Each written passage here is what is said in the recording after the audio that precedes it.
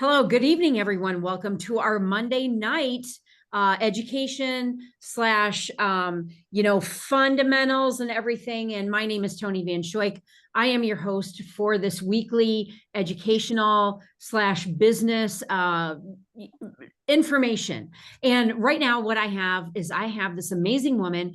There are many of you that have listened to her podcast that we released a week ago on Monday. If you have not listened to it, it is a must listen to. I mean, I was blown away by the information that Dr. Abbie shared with us. And I am so honored that she took time out of her schedule tonight. Abbie, you said, I think one of your children is going off to college very like tomorrow, and then your kids start school and stuff like that. So we want to be super respectful of your time. I know that you're going to share a little bit with us, and then we're going to open it up for Q&A. But I am just so honored that, you have quite a lovely client list. I had a lot of comments on the social media posts that I put on over the last couple of days, preaching about how wonderful you are. But the best part is that your sister is one of my good friends, and she was a business partner of mine for a long time. And that's how I know you, is through Maggie. And I'm so honored that she connected us, because you are a wealth and a wonderful source of information. So without further ado, you guys, I am going to introduce Dr. Abbie Ballard. She's got a lot of, acronyms and initials after her name. She is a chiropractor. She's a functional medicine doctor. She's got a lot of things that she's done over the last, nearly decade and a half of treating people naturally. But without further ado, I'm not here to talk. We are here to listen to Abbie and to learn from her. So Abbie, if you can share with us, please go right ahead. Okay. Hi, everybody. Welcome. As Toni mentioned, I am Dr. Abbie Ballard. I am a chiropractor, kind of first and foremost.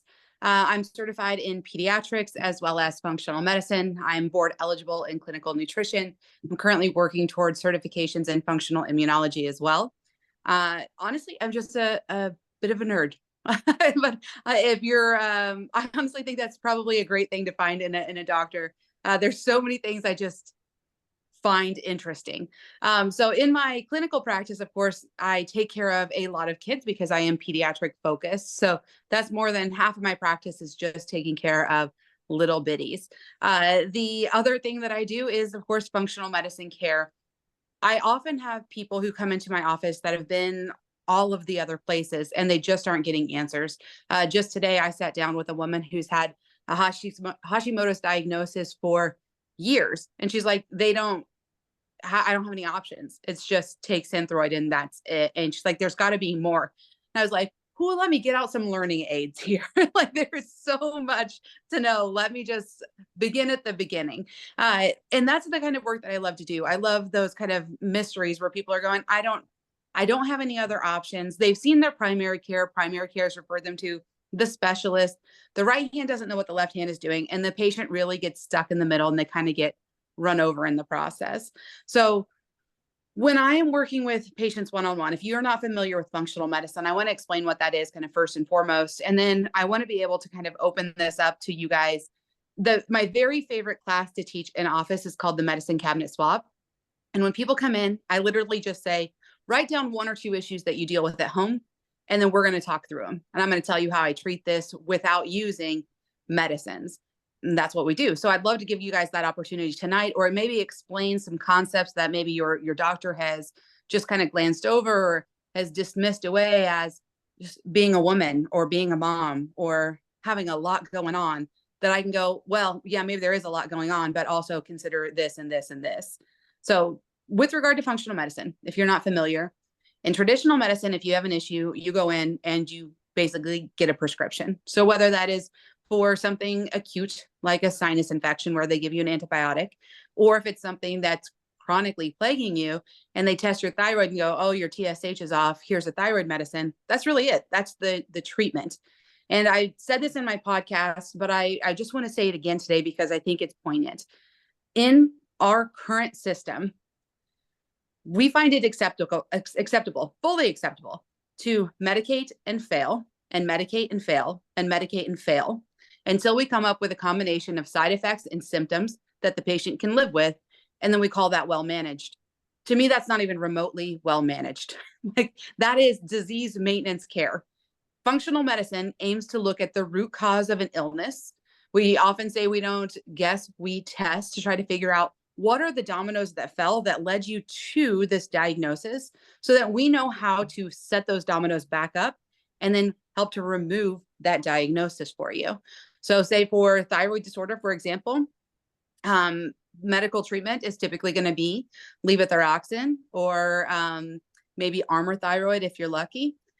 In functional medicine, if I'm evaluating a thyroid case, I'm going to evaluate not just the thyroid, and by that I mean TSH, free T3, free T4, total T3, total T4, reverse T3, T3 uptake, and your antibodies. I'm going to evaluate the entirety of the thyroid and thyroid cascade, but I'm also going to evaluate your adrenal glands and your female hormones and make sure that those are there to provide a strong hormonal base for that thyroid to function at optimal. Functional medicine aims to be corrective. It does not aim to maintain a disease process. And that's what functional medicine is. So I'm glad to have you guys here tonight so that you can get kind of a peek behind the curtain, so to speak, at functional medicine. And I'm happy to answer as many questions as I can for you guys. So with that being said, I'll kind of open things up, Toni, if that's fine with you. No, yeah, I would love that, because I know that a lot of people on this call, they actually have watched the podcast. But I want to go back and I want to ask one or two questions before we take questions from people that are listening. First and foremost, okay, you had mentioned antibiotics. Okay. Yeah. So a lot of the research that I've done, a lot of the research that I've been exposed to is that antibiotics, statins, low cholesterol lowering medications are, for lack of a better word, they're a Band-Aid, right? Yeah. And then they cause a whole bunch of other issues. Sure. But those are the top, some of the top 3 prescriptions that are prescribed, but they're not really designed to heal. No, not at all. Yeah. So can you talk a little bit about, these mainstream prescription medications versus your functional outlook and how you treat people? Yes. Yeah. Before I forget to say this, guys, I do offer through my brick and mortar practice one-on-one functional medicine in a telehealth type of model. I am kind of bottlenecked there because I have a limited amount of time, because I do actually practice chiropractic as well. So I only have about an hour a day that I can set aside for nutrition. And for that reason, sometimes people are waiting months to see me. So I created an online educational platform. My thyroid series is launched. So if you go to health-redefined.com, you can find a bunch of information there about thyroid health, from the basics, like how to interpret. I get to talking faster than I can keep up with, but how to interpret your labs. But I go through the basics, everything there. So that is one resource. So if you just need more information tonight, in that podcast, I made an offer to send you a video that discusses the thyroid, the adrenals, and the female hormones and their kind of interconnectedness. So what do you do when good glands go bad? So I would encourage you to watch those. Now, going back to your question, Toni, because now you know where to find me and find some additional resources if you need it. Antibiotics, the vast majority of the time, we're seeing overprescription, especially in the population that I treat, because I take care of kids. I can't tell you how many times kids come in and they've got an ear infection, and I look at their ears and I'm like, we're mildly red. The vast majority of ear infections are post-viral. And the official position of the Academy of Pediatrics is to wait and see, but we don't do that in practice. They just go ahead and give a prescription. So it's very common for me to see, oh golly, little kids in who 3 to 5 rounds of antibiotics by the time I get them, and they're before age 1, and they're bound for tubes. So there's a couple considerations when we're dealing with a patient who's been prescribed antibiotics. I always want to know, what are we being prescribed the antibiotic for? What is the condition? And then I have a better idea of what natural agents are going to be most effective in treating that individual. And then where's the infection located? So say that we have traveler's diarrhea and we're going to get an antibiotic for potentially picking up a bug as we're traveling. Spore-based probiotics will whip that every time and in short order. If you pick up a belly bug, and it's just lingering. My aunt she called me when she was on day 5 of diarrhea and belly cramps. And I was like, you need immunoglobulins and you need a spore-based probiotics. It was within 6 hours. It stopped completely. She didn't need an antibiotic. She just needed the correct treatment. For chronic sinus infections, colloidal silver in nasal spray form, tremendous. Will knock that right out. Oil of oregano in capsule form will knock almost every infection that I've come across. It's potent. I did a research study on it when I was in, actually when I was in chiropractic school in order to graduate. We tested staph strep and E. coli, I think it was, or staph strep and pneumonia. I can't remember the combination. But the bacteria we treated with oil of oregano, nothing grew on the entire petri dish. Nothing. It just will knock out about everything. Oil of oregano is a great broad spectrum antimicrobial. So is myrrh. So does artemisinin. So long story short, God didn't make mistakes when he designed the things that are around us. There is a plant that's meant to cure about anything, including hyper and hypothyroidism. You just got to know where to look to get them. So with regard to antibiotics, the most common thing I use in my practice is oil of oregano. And it's great. You also have the option to use some broad spectrum antimicrobials. Berberine is another great one that I'll use and use fairly regularly. The beauty of berberine is that while traditional antibiotics, I'll respond to that in just a second, Monica. While traditional antibiotics wipe out good bacteria and bad, berberine is sparing of good bacteria. It has the added benefit of being tremendous blood sugar support. The other thing that berberine is great for is producing something called short chain fatty acids. Short chain fatty acids, when we have fiber in our diet, they feed the bacteria in the gut. The bacteria takes that fiber, ferments it, turns it into these things called short chain fatty acids that feeds the cells, the enterocytes that line the gut and strengthen the gut. Okay, Monica, in regard to your question, I tend to use a company called Designs for Health, their oil of oregano. If you guys go to my website, at the bottom is a link to my online dispensary called Full Script. And I do have protocols for specific conditions kind of like plugged in there. So some of my favorite things, and I'll go back and make sure sinus infections are on there, but I tend to use Designs for Health oil of oregano because I have used it for so long. I can tell you dosage right off the top of my head. So I've used that for everything from sinus infections to colitis to cellulitis. And typically for adults, and this again, ask your alternative care provider, but I can tell you just in my personal experience, most of the time adults do well with 2 capsules per meal in the short term. I've used that to treat E. coli gut infections, and I just had to work through a whole bottle, which would be like a 10-day course essentially of antibiotics. Oil of oregano is a spicy oil. So what you want to do is eat a little bit, take your pills, bury it with food, and that will be really helpful. And you scale down that dosage based on age and size.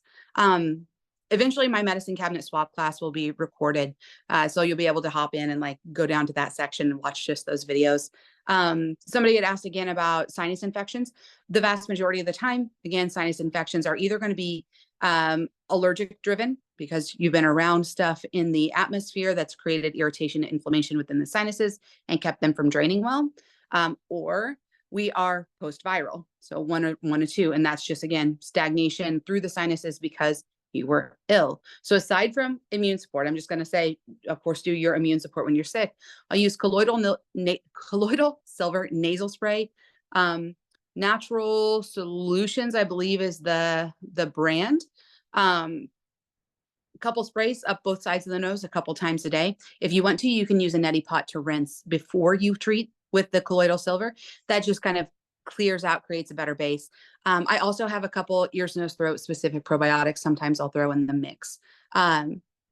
With this caveat, if you have chronic sinus issues and it's better when you treat with an antibiotic, and then as soon as you come off it, it seems like it comes right back. And you're just locked in this cycle of like, the antibiotics don't really seem like they're curing anything anymore.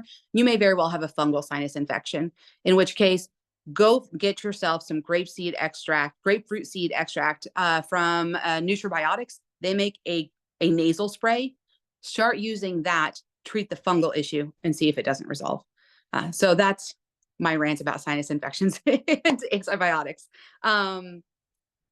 Let's see, what else was the question? Toni, you'd asked me about statins, right? I did ask you about statins, but I have another question about immunity when the kids are back to school, but go ahead with statins.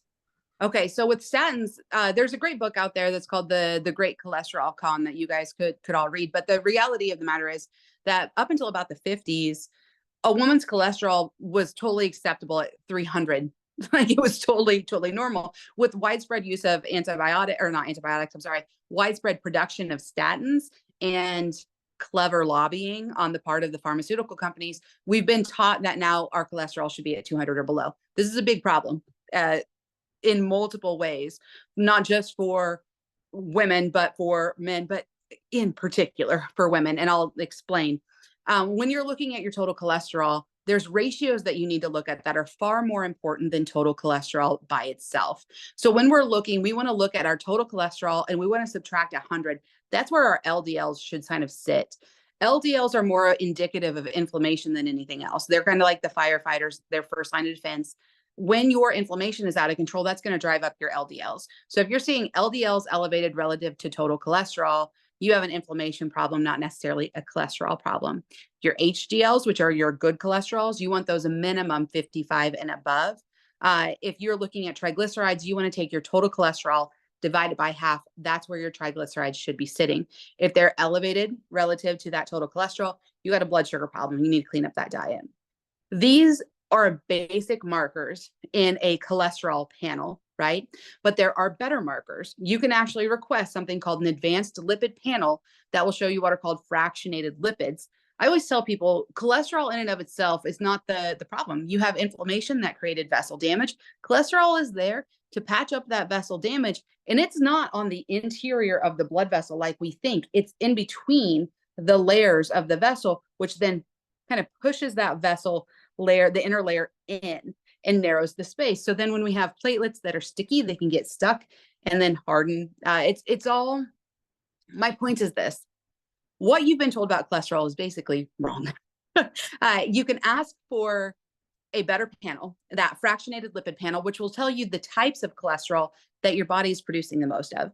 To simplify it, tell people you can be full of pinballs or you can be full of clouds. Clouds, they don't care. Those are those big, fluffy, large molecules of cholesterol. They can, if that space is narrow, it's fine. They can squeeze right through there. No big deal. But if you're full of pinballs, the small, hard types of cholesterol, those radicalized fats, now we have more of a problem because those can get stuck and they can build up. That's a problem. There's also a test within that advanced lipid panel that can be run by itself. That's called an apolipoprotein B. So shortened sometimes to ApoB. That's more predictive of cardiovascular events than anything on the rest of that cholesterol panel. So if your ApoB is good, the rest of your cholesterol panel can look like crap. You're probably going to be fine. So just know this, there's better testing out there, especially if you or your family have a history of cardiovascular events. Now back to statins. Women's cholesterol used to be 300 and above was not a problem at all. When we go through menopause, we rely on adequate cholesterol so that we can produce the progesterone that protects our heart. We also have to keep in mind that as we age, that our nervous system, your brain, your nerves, your spinal cord, they're made out of cholesterol. That's them. All of your sex hormones, your whole brain, all of your hormones, not just your sex, all of your hormones are built off the back of cholesterol. So if you start driving cholesterol down and down and down, you're going to accelerate cognitive issues for yourself.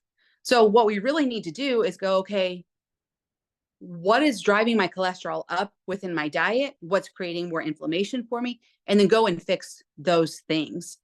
But if your cholesterol ratios are balanced, I'm really not getting concerned until with 300 and above. And again, I'm going to be more apt to run an advanced lipid panel and check that those things are good. If we're having issues with our cholesterol, then we can go back in with natural agents. Again, clean up that diet. What is the name of that? Bergamot. Bergamot is excellent for reducing cholesterol. But those are the things that we have to think about is, can we build our sex hormones to protect our heart? And then yeah, we might have a cardiovascular issue years down the line, but I'd rather go quick with a heart attack than lose my mind. And, Tammy, to answer your question, dosage of bergamot depends on the level of the cholesterol. Niacin is tremendously helpful as well for balancing out a cholesterol panel, but it can cause some flushing. So you have to start slow with that. The flushing that you experience that makes people feel like, and it's honestly, it can be kind of severe. Sometimes people feel like they might die for a second. It's physiological. It's completely benign, but it is uncomfortable. So you can do a flush-free niacin or something like that as well. But without knowing a person's individual numbers, that dosage just kind of varies. There was one other thing I wanted to mention. Oh, if your doctor is really dedicated to reading the literature and doesn't care as much about hospital dogma as best practices, they're going to be apt to tell you these things. Like these statins, you're not really reducing risk, not for women, at least. For men, and I am always perfectly honest, for men with a known history of cardiovascular disease, there is some risk reduction in cardiovascular events with the introduction of statins. For women, we don't have that. It's just not demonstrated in the literature. So unless you're a man, which I don't think any of you on here are, they're just not for you. You got to do it with diet. You got to do it with lifestyle. And you can do it with a little bit of targeted nutritional intervention. Okay. Well, was there just another common medicine that you'd asked about, Toni, that I don't recall right now? I was talking about cholesterol medicine, statins, antibiotics. So I think we pretty much covered the ones that the mainstream ones. Yeah. Those are pretty common. The other thing that I see people prescribed all the time that absolutely drives me crazy is proton pump inhibitors, acid reflux meds. They're a nightmare. They are prescribed widely and for extended periods. Those were designed initially to never be used longer than 6 weeks at a time. And we're causing significant impairment to people's digestion. And when you start reducing acidity at the level of the stomach, you set people up for much more GI, like you're just so much more inclined to develop GI infections and overgrowths. It's going to worsen bloating. It's going to impair digestion downstream. You'll see increases in colorectal issues. It just drives me nuts. If you are on an acid stopping medicine, there's a reason why you're experiencing this. You either have a food sensitivity that's been undiagnosed because nobody ever freaking looks for food sensitivities. Your stress is out of control. And so your nerves, which tell your body, hey, it's time to go into rest and digest mode, they're not doing that. And we don't get the appropriate close then of the lower esophageal sphincter. Or if you're a woman who's had multiple pregnancies like me, there's a fair possibility you might have a little bit of a structural defect there called a hiatal hernia, where a portion of the stomach comes up and above the diaphragm. You can manually reduce those, like literally pull them down with your hands. I do that regularly in my practice. But the structural ones, those are tricky because they often just are never diagnosed because nobody's looking for it. But if you're having reflux and you're having it pretty consistently, we need to be digging deeper. I just had a 6-year-old who's now, she's been on daily, she's on an antihistamine, a histamine blocking reflux medicine for daily abdominal pain. They have a new diagnosis now that's called abdominal migraines that is being given out to children with daily abdominal pain. And her mom didn't ask me to get involved, so I didn't. And she saw her primary care and she saw the GI specialist and she's been given this med and she's still having all this pain. And I finally told her, Mom, you just let me know when you're ready for me to take over. Well, she was ready a month ago. So I got the little girl food sensitivity testing. We pulled out those offending foods. I saw her today. She's been off them 1 week. She's gone from chronic daily belly pain to one time she's complained in the last week. And they haven't even had a significant amount of time to be off these foods. And they're ones that need a little time. So I'm like, my God, what are we doing? So if you're having reflux, if you're having daily belly pain, this is indications that you've got something in your diet that your body does not like. And it can be hard to kind of suss out on your own. You can do it. I have faith in you. Food elimination is still the gold standard, but food sensitivity testing is inexpensive and it's widely available. So please don't hesitate to do that if you have reflux issues, because I hate those meds. I'll get off my soapbox. Who's got questions for me? No, that was great. All right. So if anybody wants to unmute or put questions in the chat. Okay. Okay, so Denise, for COVID, so one of the things I want to just explain about COVID is a coronavirus. There are dozens and dozens and dozens of coronaviruses, and so you just treat it like you do the standard cold. So I always have people increase vitamin D. I use a product called Congaplex from a company called Standard Process. It's a really great whole food, broad spectrum immune system support. And I will literally take those like they're candy when I'm sick. High dose vitamin C, of course, is going to be appropriate. There is a combination product that was formulated very specifically for COVID back in the day when COVID was just kind of newly a thing. So that was in 2021, and it's called OrthoMune from a company called Orthomolecular, which is vitamin D, zinc. I believe it has, I can't remember if it's quercetin or N-acetylcysteine in that product. And in truth, it might be both.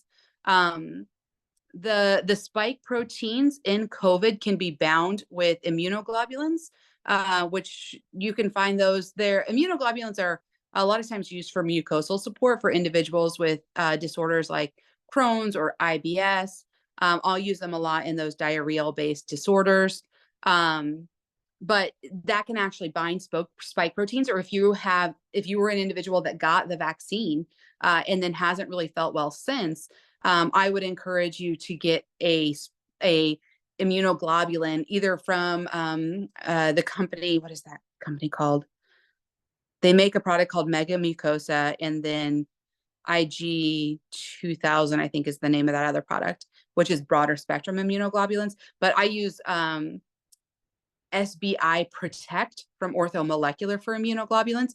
That can help to bind spike proteins and then get them out of your system if you're experiencing side effects post-vaccination. You can also use, because there's a lot of cardiovascular risk that came along with the vaccine, not as much the illness itself, but from the vaccine, you can use proteolytic enzymes, in particular, nattokinase, is Nattokinase, nattokinase, or lumbrokinase. Either one of those on an empty stomach will help to break down inflammatory proteins and some of the things that are more damaging to blood vessels. So that's a couple of my thoughts. For bad coughs, I would be looking into, well, first and foremost, anytime we have something that is impacted by thickness in, say, the sinuses. So if you're having thick mucus, so hard to clear your throat, hard to get it out of your sinuses, ear infection, etc., first thing I do is get you off dairy. I don't want dairy around because it tends to thicken mucosal secretion. So I pull people off dairy first and foremost for colds and any sinus congestion. You know, if I have a kid that's croupy, whatever. Next thing, one of the best things you can do for coughs, which sounds silly, but it's pineapple, especially fresh pineapple. The bromelain is mucolytic. It's going to help to break that up. And then there are other mucolytic agents. In particular, mullein is great. Mullein is a plant that just grows in the ditches around here. And you can literally take the leaves off the plant, wash and dry them, tear them into shreds, and pop. I actually have it in my kitchen right now. I'm making mullein tincture, but tear up the leaves, pack them down into a mason jar, and cover it with vodka. You want it to 80 to 100 proof. Let that set a couple months, strain out the leaves. You've got mullein tincture. You use 3 to 5 drops once or twice a day when you've got a bad cold or cough, or you've got a lot of congestion. It helps to clear secretions. It's like nature's Mucinex. So a couple things there. Hold on one second. Okay, for cellulitis, go back to oil of oregano. Okay, that's going to be tremendous for that. Other anti-inflammatories that you could try, you can do bromelain, which I just mentioned. Boswellia is another great one. There's a herb called gotucola, which improves microcirculation. That would be great. whatever you can do to drive up oxygen to reduce some of that inflammation. High dose vitamin D, high dose fish oil, high dose turmeric.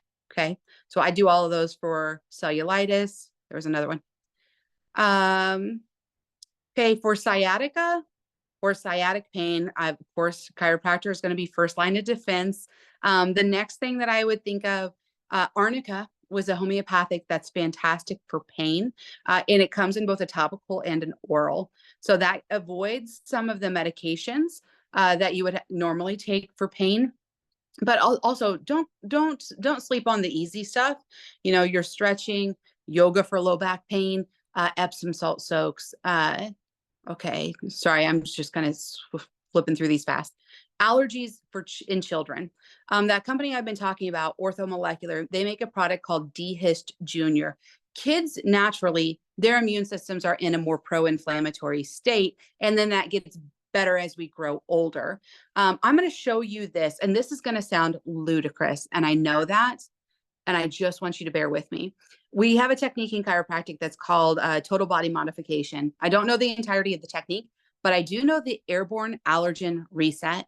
You don't have the little vial system that I would have necessarily to kind of cue the immune system, but I'm going to show you how you can tell the body stop reacting to this allergen. If you know that there's something in the air that they're allergic to, so maybe it's dust or mold or grass, whatever that thing is, maybe it's cat hair, get that thing and have them hold it.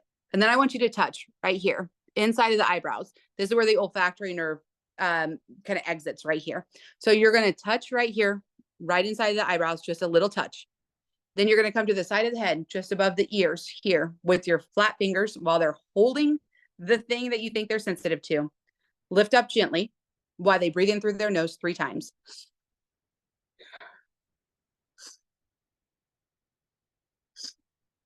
Okay, 3 breaths. Then I want you to touch their chest, touch their lower abdomen, touch in between the two, touch their hips. I know this is, stick with me here. And then tap right here on their head. I know it sounds ridiculous. I thought that is the biggest load of bullshit I've ever seen until it worked for me. And now I use it in my office, and I cannot tell you how many people it helps. That is an airborne allergen reset. Again, we touch here, lift 3 times at the side of the head, touch on the abdomen, high on the chest, low on the abdomen, middle, touch hips, tap to close. You can do that. I always tell people too, what do you got to lose? That is certainly not going to hurt anything. That just tells the body, it's a cue for the body, stop reacting to this thing. You don't need to. That works on adults. It works for kids. Then otherwise, I would go to that D-Hist Junior product, which has some quercetin to stabilize the mast cells that release histamine, and some, I think it's got some N-acetylcysteine in it as well to support glutathione production in the liver. So those are a couple of my thoughts. Says, what do you think about DMTs for multiple sclerosis? You'll have to tell me what the abbreviation DMT stands for. It might be something I've heard. I just don't recognize the abbreviation. Sorry, I'm just looking through any other questions here. Okay. Sorry, I'm just reading your question, Nissa. So for your boyfriend, if you're suspicious of the issue, you can always start by talking to your primary care. So she asked me, how do you start to kind of figure out what issues you might have and where to go? Honestly, it starts with symptoms. If you are feeling less than your best self, there's reason for investigation. And then it's a matter of finding a provider who will care enough to listen to you. And I always say, if they won't order it, I will. This is your body. These are your labs. So if a person's requesting it, sure as hell, I'm going to do it. And I'm going to make sure that whatever lab I'm testing them for is normal. So if you're struggling to find someone, there's 2 locations that you can look as well. I did my training through the Institute of Functional Medicine, and they do have a provider lookup there. There's also the Institute of Functional Medicine that has a provider lookup. So if you're looking for somebody functional certified, that's a good place to go.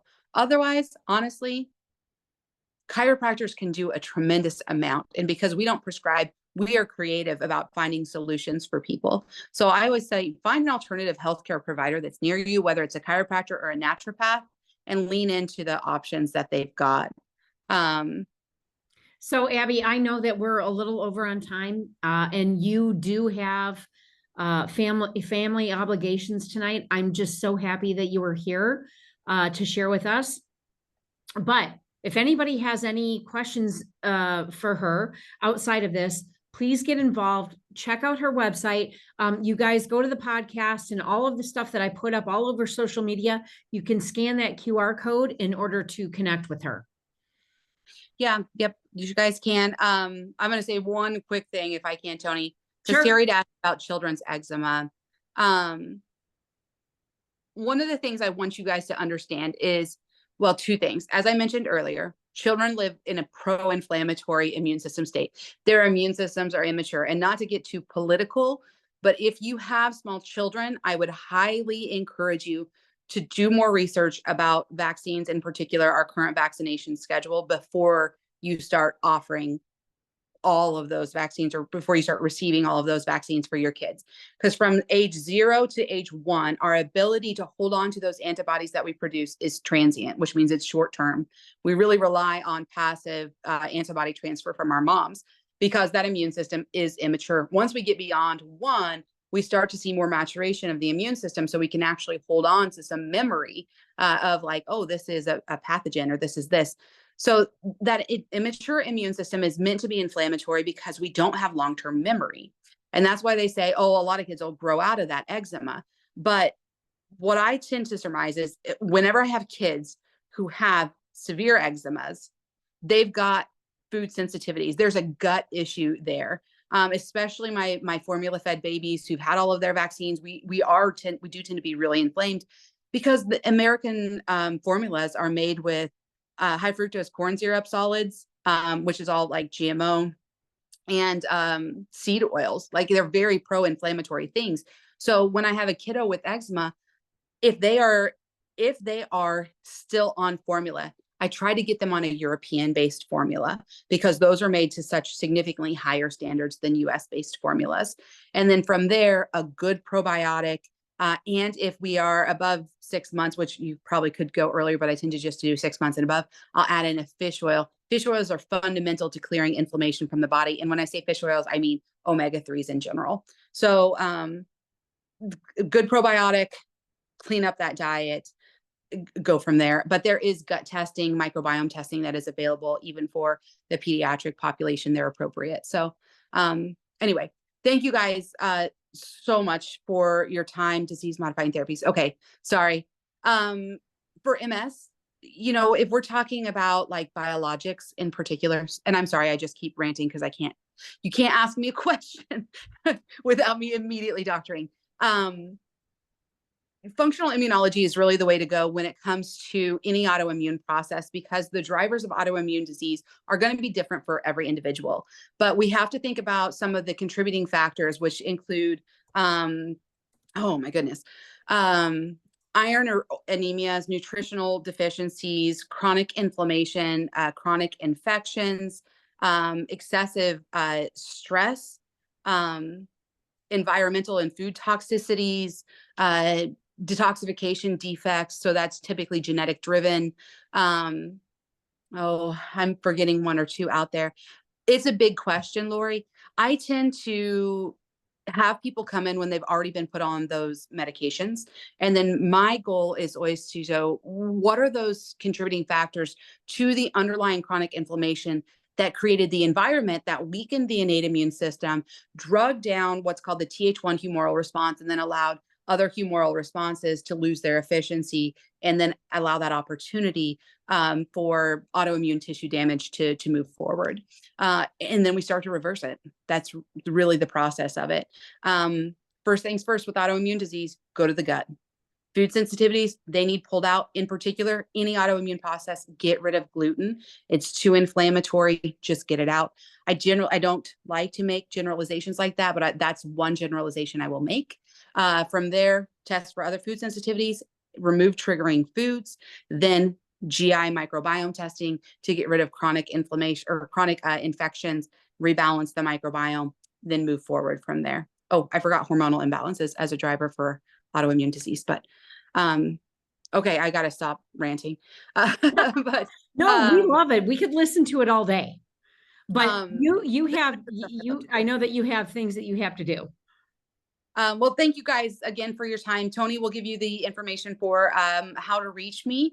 And then just, I'll try my very best to keep you guys posted as I work through the recording of different classes and put more information out there, because I really feel it's valuable, and this is stuff that people need to hear and need to be able to readily access if we're going to redefine health. Well, that's what we're here to do. And thank you, Abbie. Thank you so much. I literally, that first time we connected and we talked, I could listen to you all day long, and I can't wait. And I hope that we will be able to make you a regular guest every couple of months or every quarter, because you have so much knowledge to share. And I cannot wait to share it with the rest of our audience. Okay. Thanks, guys. Thank you. You're amazing. Thank you. I appreciate it. You guys have a good night. You too. Bye-bye. Okay, bye.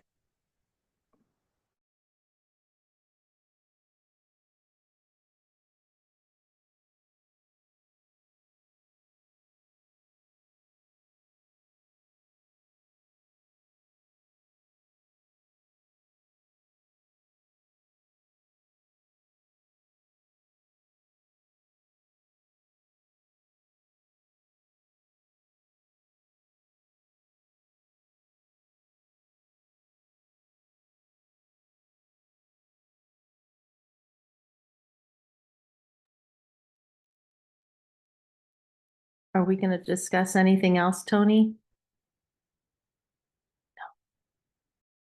No. Because the call went over and she had so much great information to share. We'll reconnect later on this week. We'll figure out something. Thank you, guys.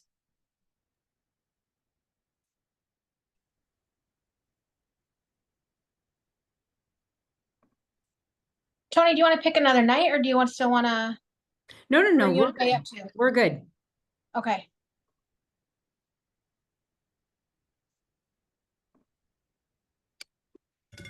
Just give me a second here.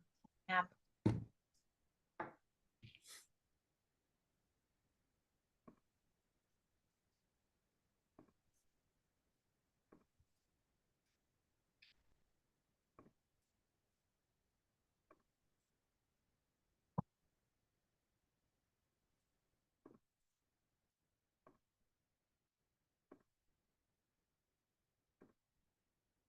Okay, I think we're good. Okay. All right. Hey, Hi, how you doing? how are you? Hi, Brian. This is Toni and Hey, Toni. Jay. Hi, Hey, Brian. Nice to meet you. Jay. There we go. It's my husband, Brian. Yeah, it's great to finally connect. Yes. Sorry, last week was a little bit of a week. It was a week. No, it's all good. It's all good. I saw the stuff that you were posting, and you and I had a chat, but Yeah. we're glad that we were able to make time and connect. Thank you so much. Yes, absolutely.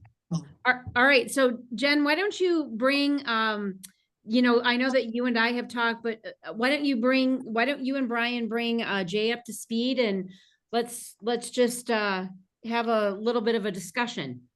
Okay. Well, I'm running hard with this. I'm already helping people. So we have a friend that Brian was doing Q last year, and there's a very bad taste in his mouth. He's seen what's happened with Monade. He's seen my friends. He's seen me. So I think he's like, and it was all women, and that was like, yeah. But I'm like, this is something we can do together. And it's not hair. It's not shampoo. It's not, even with Q, but Q was not a good experience. And I already told you what Toni said about that. Yeah. So, but that's where, yeah. So, but we have talked, and he's like, I feel like you have said. Yeah, I'm supporting you. Yeah. Yeah. But doing it together. Yeah. Now, do you need to do reels and stuff? No, I mean, not yet. Well, you never know. But that's where I can come in. I mean, Amy Sloan taught me well. I know. So that's where we're at. Like, I think but he's seeing me start to explode. So this is a way to help other people. Like I'm on fire for this with grief, with weight loss surgery. I'm so many people that are just reaching out like crazy. So we have something amazing here. That's what I think. Did I miss anything, Toni? No, I don't think so, but, so I guess I would want to ask Brian, I know, a lot of people in the industry, being what I've done over the last 25 years in network marketing. And, I knew that when Q came along, that it was going to be a quick flash and what it lasts for 3.5 years or something like that. But just their practices and what they did were, and for lack of a better word, you had that experience, which, from what Jen told me, wasn't a good experience. Now the biggest issue is like, like the leadership is amazing. And like, I just didn't get that feeling from like,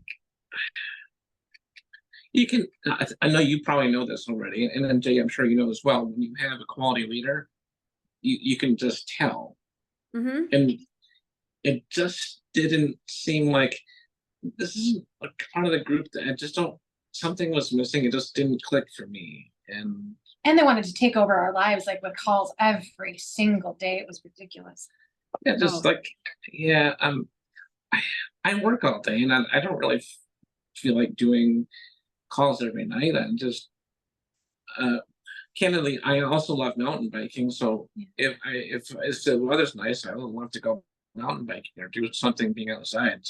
This is to enhance our lives and to provide, not to take away from them. Yeah, I know.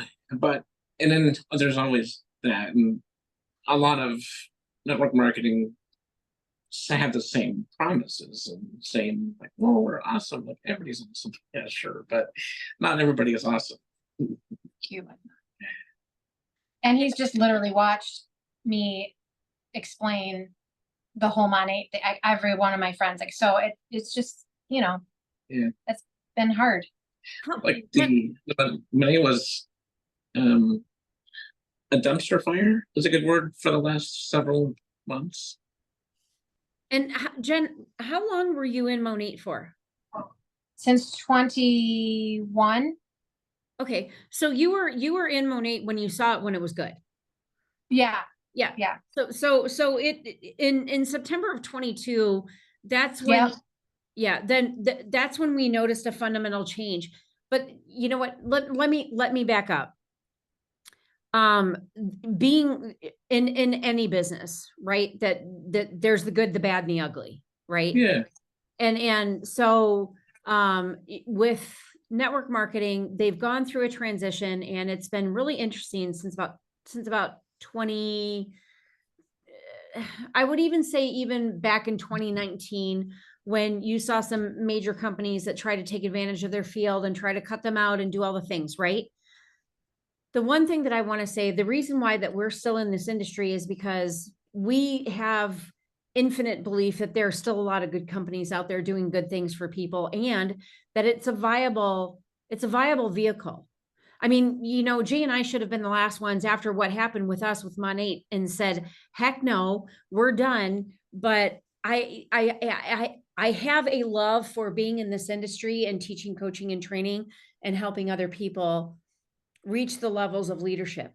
This is where the fundamental challenge comes in the industry, is because, you can have anybody go out there and what they can do is that they can have a great marketing presence. They can have great social media, and they can bring a lot of people in, but they're not truly a leader. And people find that out very quickly. Mm-hmm. That's what happened in Q. Yeah. Because one of the top leaders in Miami, Claudia Gonzalez, and I'm just going to name names. We're just here having a conversation. She is one of the ones that started Soul, which is where Q went. They went from Q to Soul, and they bleed you dry out of one opportunity and then go to the next. Right. Mm. That's why you have to look for really good, solid companies. And That's what I think that Jay and I did really well with deciding that we're going to make the lateral move from Mon8. Now, Mon8 was great for 8 years. It was absolutely hands down amazing. But because they decided to take the turn of events that they did, which of course we can't control, we don't own the company. We don't own the company. We don't own the products. We don't own the pay plan, but in essence, we do kind of own the team because we're the people that brought them in. So my whole thing with this lateral move that we made was to take the people that still loved what we built as a community, go to a company that had really phenomenal products, and kind of basically start off on a clean slate. And that's what we decided to do. And that took us a long time to decide to do that. But here we are. And again, Brian, I know that you don't know us. Jen knows us a little bit better after being around us a couple of years, but we're completely committed to helping people. Can I talk now? Yeah. Sorry. I was trying to give him a little background story. So He doesn't need that. He doesn't need the background. I was Dude, actually saying, They're from Michigan, and end of story. Jay's actually, it's like Jay's being pretty quiet. I wonder what he's got to say. Well, you said dumpster fire. There's been no bigger dumpster fire than Mon8 for the past 2 years. And it wasn't good for 8, it was good for 5. And I didn't want to do this. When we got out of Mon8, literally got out, you know how it is. You don't want to do something like this again. Yeah. I hear that in you. And I don't blame you. I was there too. May, you talked about May. Dude, May, right? May was like ground zero for clusterfuck with Mon8. Yeah. I didn't want to do this again. Toni didn't really necessarily want to do this again. We got so many offers from so many different companies to come there, bridge loans and just people that's like, here trying to buy us. We just didn't want to do it. And when Toni found Amare, I didn't want to do it. I tried the products, kind of liked them. I was like, this isn't shampoo. It's true. This isn't facial cleanser, right? This isn't me like trying to shave my beard and do a, who did it better video or anything like that. It was just something to me, just for me, that seemed very organic at a level that I knew that I could approach my friends. And I'm not talking about my female friends. It's something I could actually talk to the guys about. That was the first thing that really piqued my curiosity in this, because yes, the shampoo thing was fantastic for us. It was amazing for us. Financially, it was just chef's kiss, right? Yeah. But for me to be able to do it, for me to be able to sell anything, Toni, stop bouncing your camera around. It's making us all sick. For me to be able to sell Mon8, there was nothing for men. There was absolutely nothing in that company for men. They never cared about having men be a market partner. We were that forgotten corner. The men of money. They loved it when I went on the account with Toni. It was great PR for them. Oh, because now we've got some guys doing this. I didn't really ever do the business with her. I was just that dog and pony show thing, right? Now there was that one guy. Well, that's that one dude with really long hair, and everybody was like, "Ooh, Fabio? yeah, that's what I thought." It was like, "Wow, that's a model dude." Like, but honestly, that's what I'm talking about. These skincare companies and these hair care companies, where is there any room for men to do it? There really isn't, unless you're Fabio, right, or something like that. Yeah, either I'm not, so there's that. I hear you, brother. But after a couple months And after really talking to Toni a lot and getting into the nitty-gritty in the back office, and looking at the comp plan and looking at the products and how many of them there are and how easy it's just a very natural conversation for me to have with people. I kind of went from never wanting to do it again to really being excited about doing it. I know that sounds weird, Yeah. but And you so know, what does it look like? What are some of your conversations you have? Like, how are they organically just? see, that's the best thing about it is I'm 56, right? There's nobody out there that needs mental wellness more than a 56-year-old white guy, Yeah, right? not far from you, but You know what I'm talking about, though. I mean, the stress and everything else, and it's just a very natural conversation. We ask our friends how they're doing all the time, you know, and now I get to actually feel like I mean it, because a buddy of mine, he lives up in Indiana, and they've got 3 kids, and he's working and stuff, and so the conversation just with him one day was, man, I'm tired. Hey, how you really feeling? And that just opens up so many different things, and there's so many different products that the energy, the happy juice mix, there's just so many different things. And then once you become comfortable talking about that, then we just had a call. Jen, you were on it with Dr. Abbie talking Yeah, about. he listened. Oh, you were on it too. yeah. And not that everyone you meet is ever going to be as granola as Dr. Abbie, but in today's society, there's a lot of room for a more natural approach to wellness. Us folks that are getting a little bit older, there's a Yeah. lot of things that we don't know that we wish we would have thought about 20, 30 years ago. And now Yeah. that we're learning about the gut brain axis and learning about the true importance of gut health and learning about all that stuff, it is absolutely such an easy conversation. Do you golf?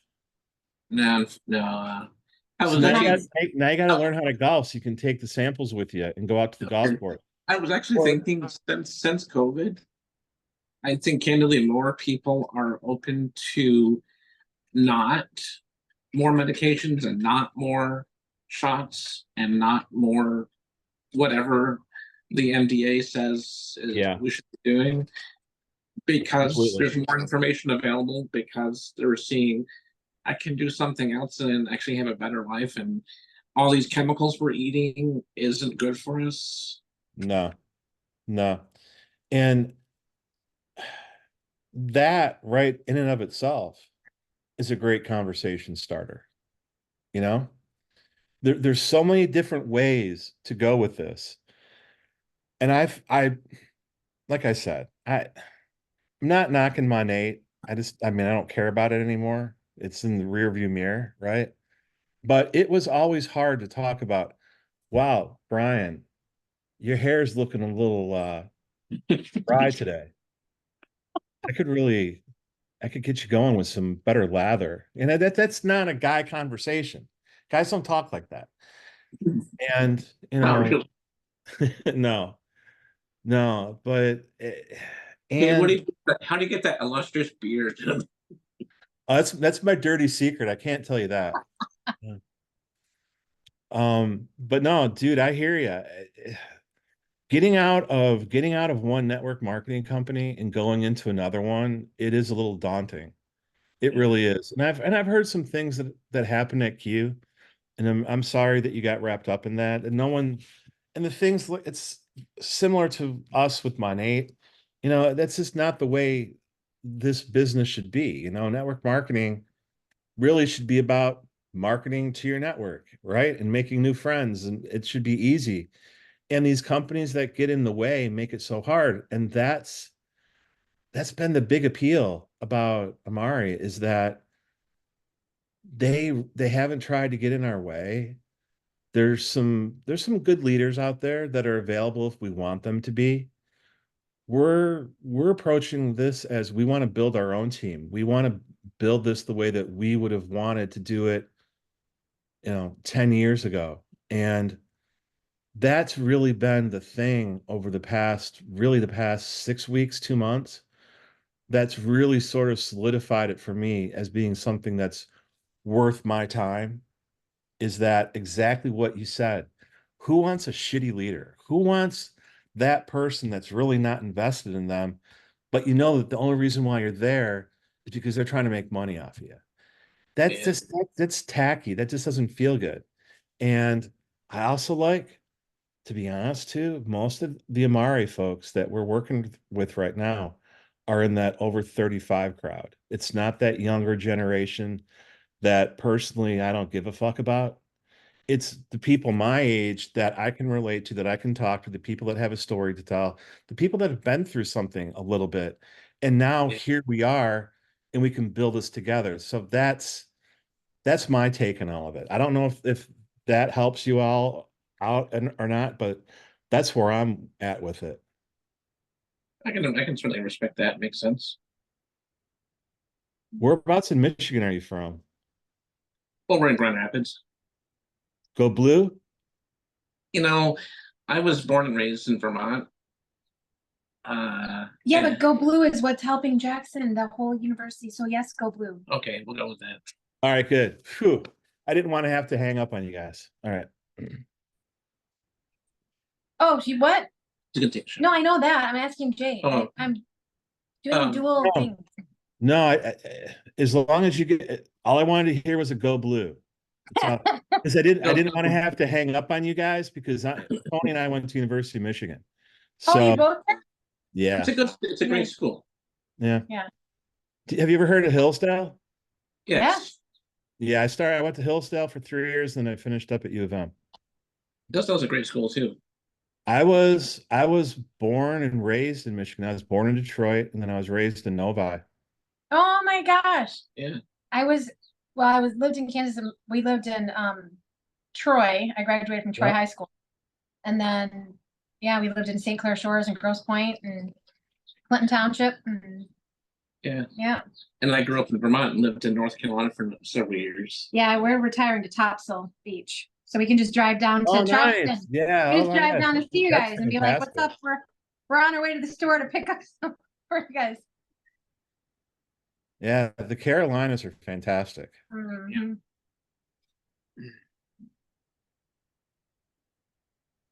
Toni? So do you guys have any other questions or anything else that you want to know from us? Mhm. No, Yeah. it's just building together and bringing, yeah. Yeah. What? No, well, you just mentioned that, Jen. Toni and I are actually able to work together. Yeah. Because at Monet, husbands and wives, you can't be market partners together. And here we can both build our own business or separately. We can do whatever we want. And that's the fantastic thing about it to me too, is I could never understand why Monet wouldn't let people from the same address be market partners together. It's crazy. I think Q So did the same thing. The only Yeah, thing Q is the same way. Yeah. They were like, you had to be completely different. And That doesn't make any sense to me. no. Toni and I are way better together. You guys are probably way better together. Yeah. And being able to do it together finally, honestly, that's one of the things too about, like, so Amari had their conference, and it coincided with Toni's birthday. So we had a bunch of people in for the weekend to watch the conference together. And Phyllis and Harry, do you know Phyllis Benstein, Jen? I know of her, yeah. So her and Harry are doing the business together. Yeah. But Jen you can't Vale. win until you're silver, right? I can't on my thing, is that right? When you hit silver, Toni, is that when you could add Jay as? We can constructively talk about that. Okay, Cause I was like, that's what Jen Vale and I were trying to figure out. So I think that, yeah. Cause I think once you start seeing evidence of stuff. Yeah. There's always a way around everything. Come on, you know Yeah. that. Yeah. Yeah. Rules No. are meant to be broken, right? With me there. Yeah. It's been great, and it just keeps getting better. I like the people. I like the group that we have together right now, Jen. Yeah. It's just, it feels really good. I know most of them, which helps, but also it's just the conversations in the group are easy. There's no egos. There's no, Everybody's older. Everyone's had some life shit. Yeah. Like, yeah. you know?